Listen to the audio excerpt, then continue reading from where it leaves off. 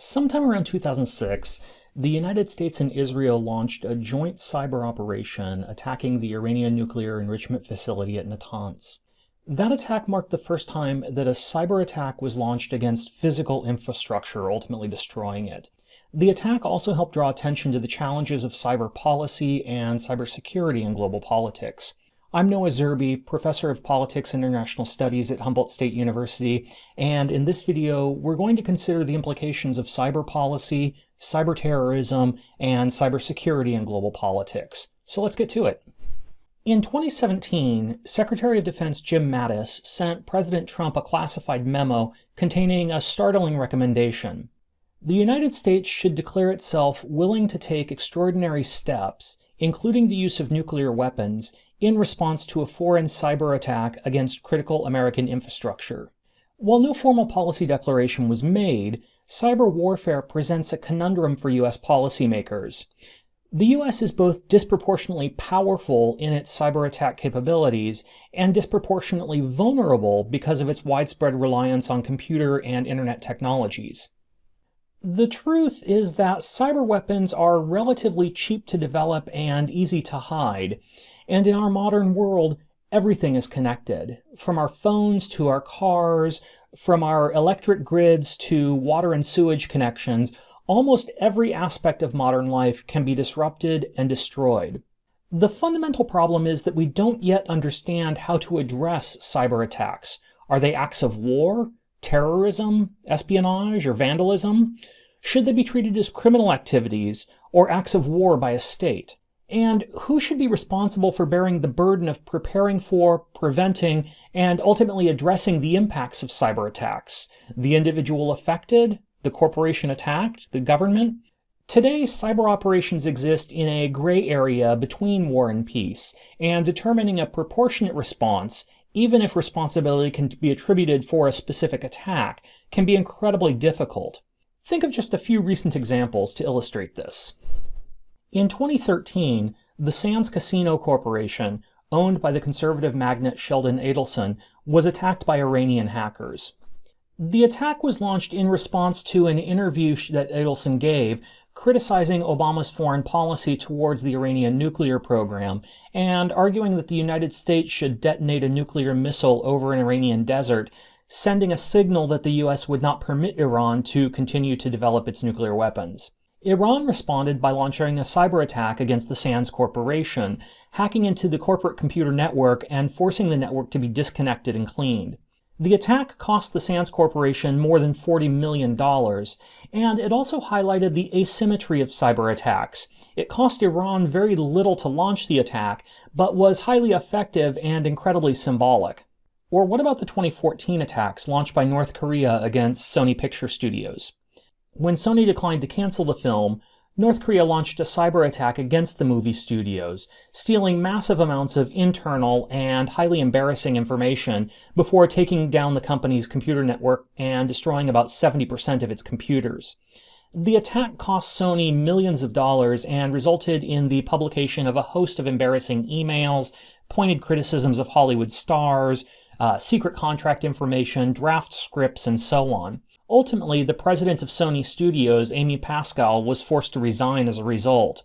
The attack itself was called an act of war by John McCain, who was campaigning against Obama for the presidency at the time. Obama declared that the United States would respond proportionally and in a time and place that we choose.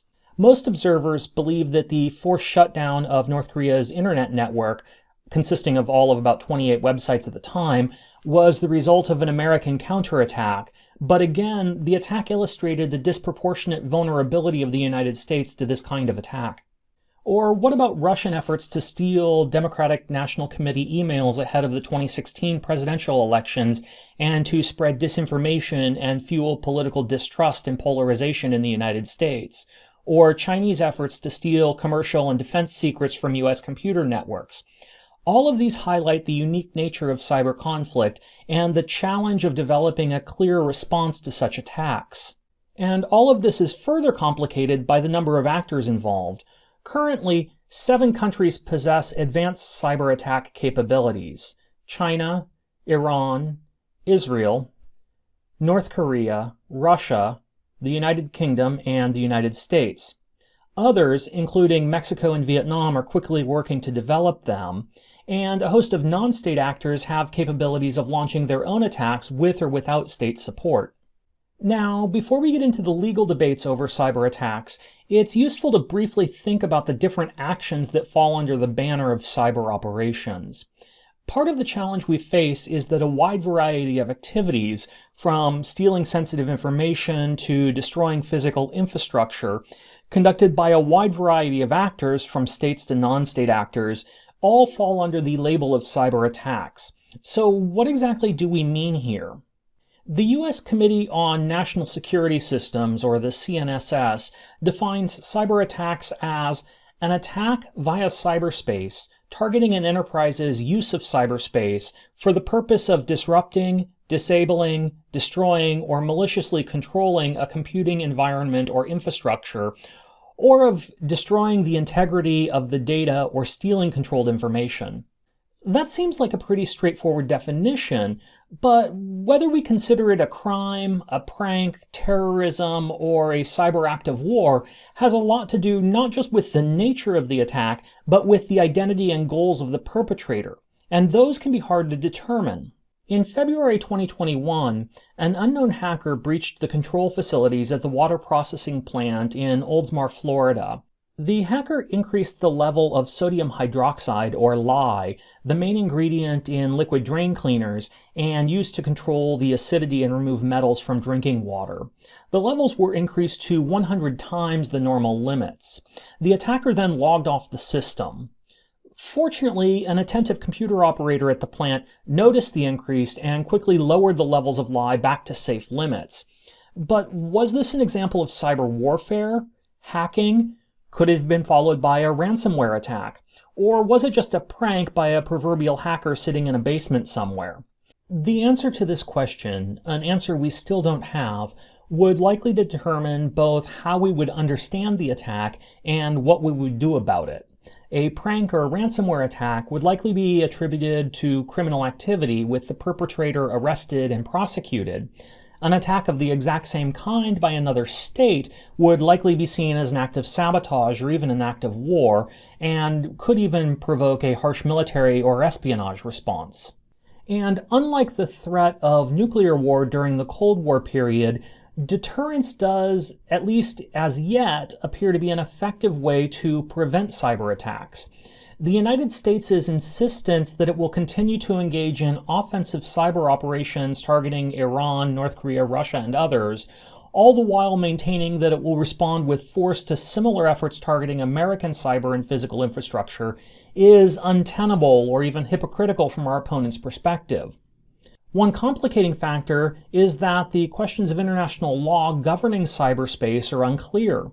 Under international law, states are legally justified in their use of force in self-defense or when international law itself is violated. But cyber attacks may or may not be a violation of international law, particularly when the goal of such attacks is espionage rather than physical damage.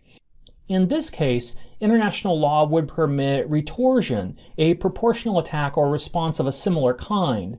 But retorsion itself is hardly an effective deterrent, particularly when the United States and other advanced industrial economies are uniquely vulnerable to cyber attack. And so, what can we do?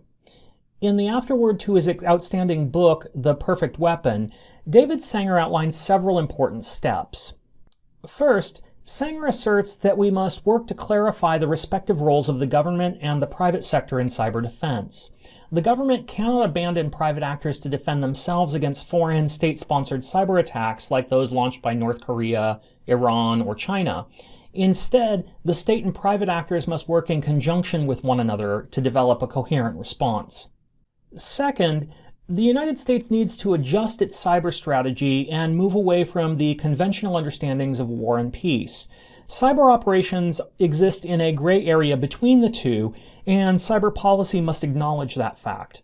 Third, the United States should respond with criminal prosecutions against cyber attackers where appropriate, but importantly, it must also draw clear red lines on issues of importance, signaling to other states what areas the United States views as off-limits to cyber intrusion.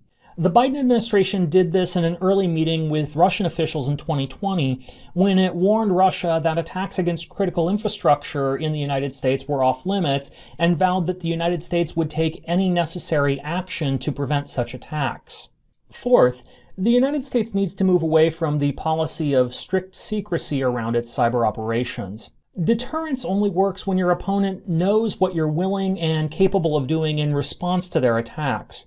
Maintaining excessive secrecy around cyber operations, an outgrowth of the bureaucratic positioning of U.S. cyber operations in traditionally espionage-focused institutions like the National Security Agency, weakens the effectiveness of deterrence policies.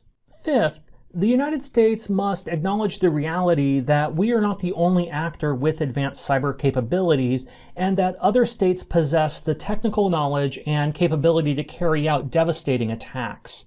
Sixth, because of this, the United States must develop a clear playbook for responding to cyber attacks and be willing to use it in response to such attacks. It needs to have the capability for determining the origin of attacks, calling out adversaries publicly when they attack, and responding appropriately.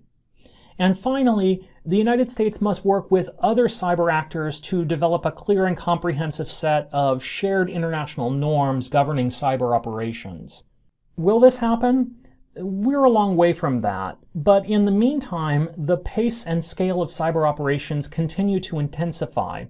That's it for now. Be sure to check out the other videos in this series, and feel free to leave any thoughts or questions you have in the comments section below. Thanks for watching, everyone. Bye.